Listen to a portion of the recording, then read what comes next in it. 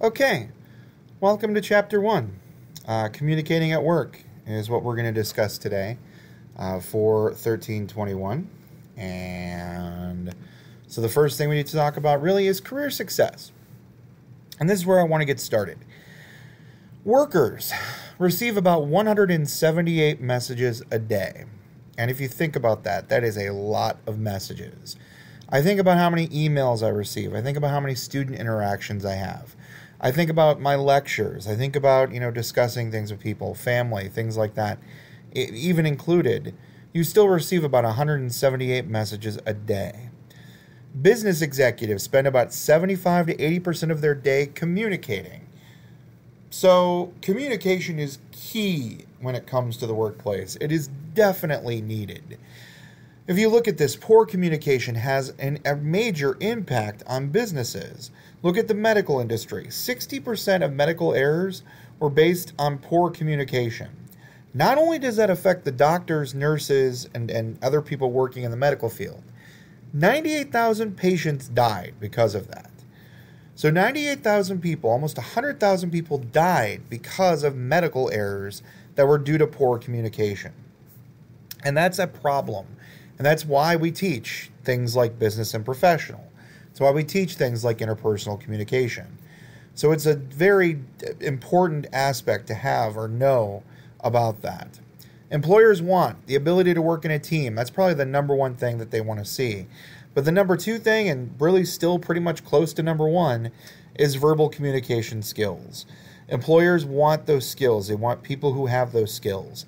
And a lot of people who are graduating college now can't present those skills. So you are a leg up if you're able to come in and have those verbal communication skills. Oops, let me go back.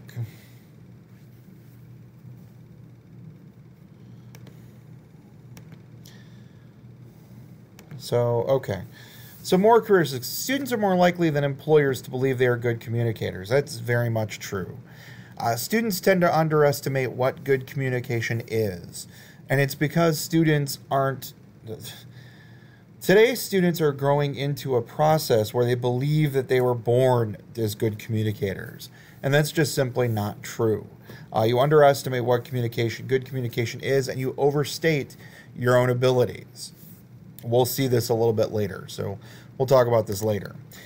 Communication principles. First, some things you should know. First of all, communication is unavoidable. You cannot not communicate.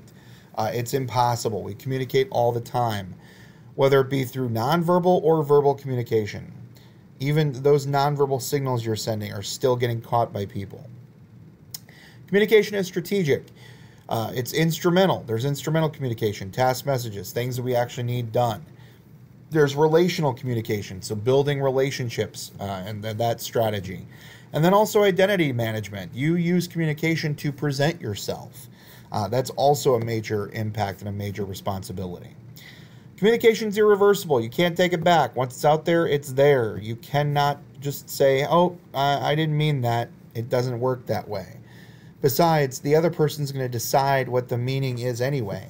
And their meaning may not match what your initial meaning was. So that's another reason why you have to pay attention to the type of communication you have.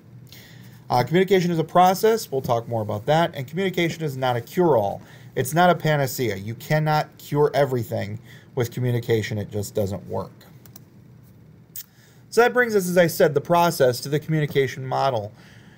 You have a couple of parts to this. You have a sender-receiver. So you have a person who acts as both the sender and the receiver. And usually, obviously, you have two people who serve both of those roles. It is not just one person, the sender, all the time. You are always a sender and receiver because you're always giving...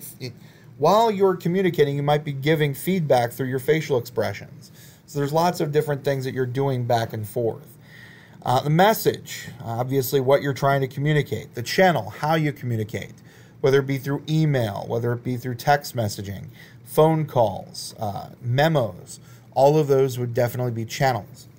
Feedback, the information you're sending back to the other person. What are you telling them? Or do they understand everything that you're saying? Interference.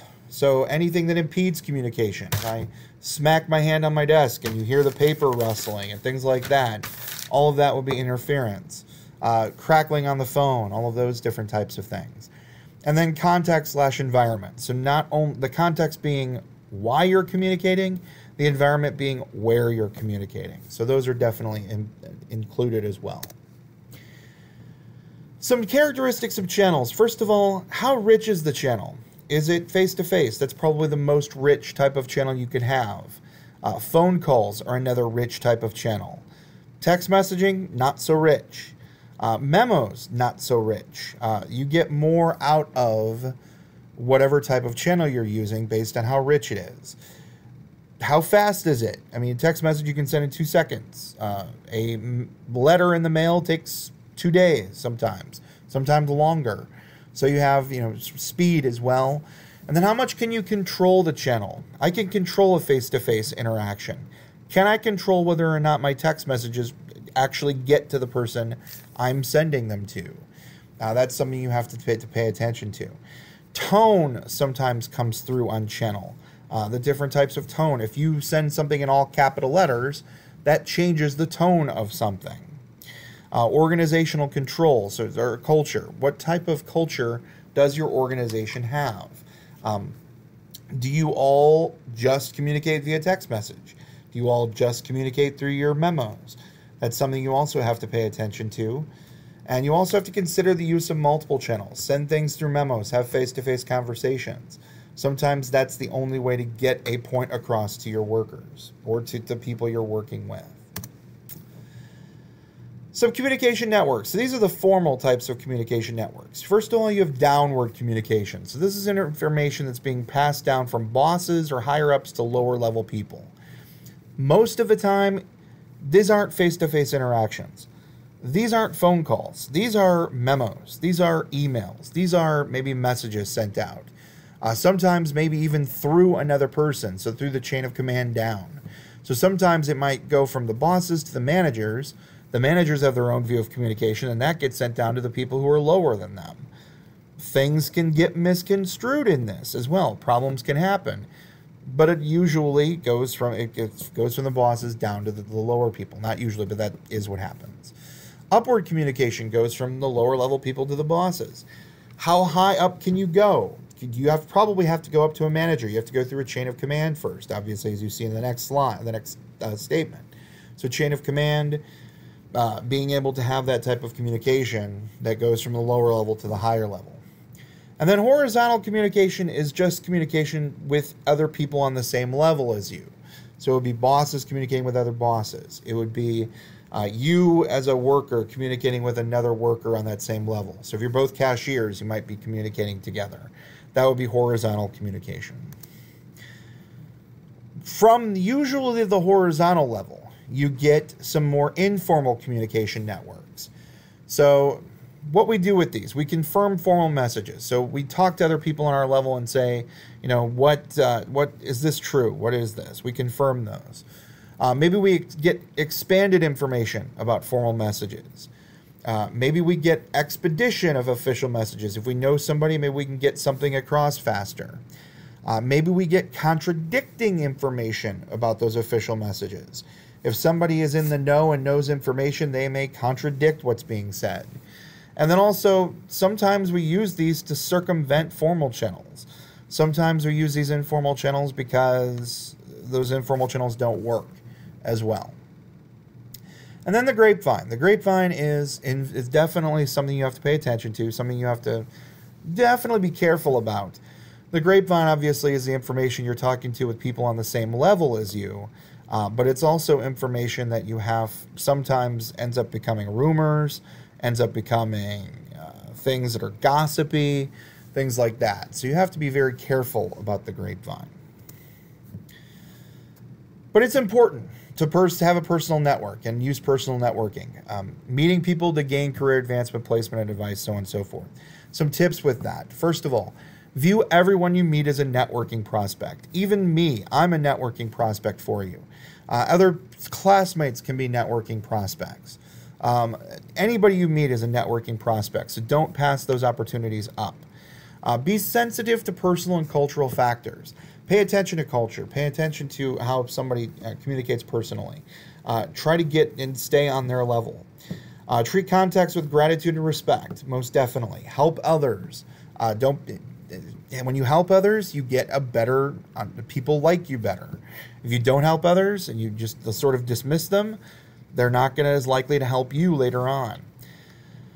Get referrals to secondary sources. Don't be afraid of going to other people. Don't be afraid of talking to friends of friends. Those people can become part of your personal network as well. Seek a mentor. I always tell students, you always want to try to find a mentor at the college you're going to. Somebody who can write you a letter of recommendation later.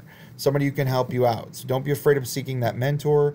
And also network throughout your career and even through college. Network all the time. Don't pass up any options of networking because you never know how a network can lead you to another career or lead you to a better advancement in your career. So always network throughout. Some ethics, some ethics of business, ethics of communicating in business. First of all, these are some of the approaches that you see. So you see a utilitarian approach, the greatest good for the greatest number of people. Some businesses have this, greatest good, some don't. Some have a rights approach. Moral rights for everybody. Everybody has the moral right to something. Some have a fairness, justice approach, a fair and free of discrimination or favoritism. Some don't. Common good approach. It's always about the common or community good. It's always about helping everybody. Some do, some don't. Virtue approach. Character in me and communicate, and me and community. So it's all about character, maybe some more so than greater good. Definitely building a better character. Are you ethical? I mean, you have to decide your professional ethic. How will your peers judge you? You have to sit back and think, how will people judge you in the workplace? Are you ethical? Do you steal things from the company? If you take home that stapler, you're stealing from the company. What are you doing? Are you partaking in ethical practices? And then you also have to go through, put yourself through a publicity test. Are you okay with the public knowing your actions? Are you okay with them knowing that you stole the stapler?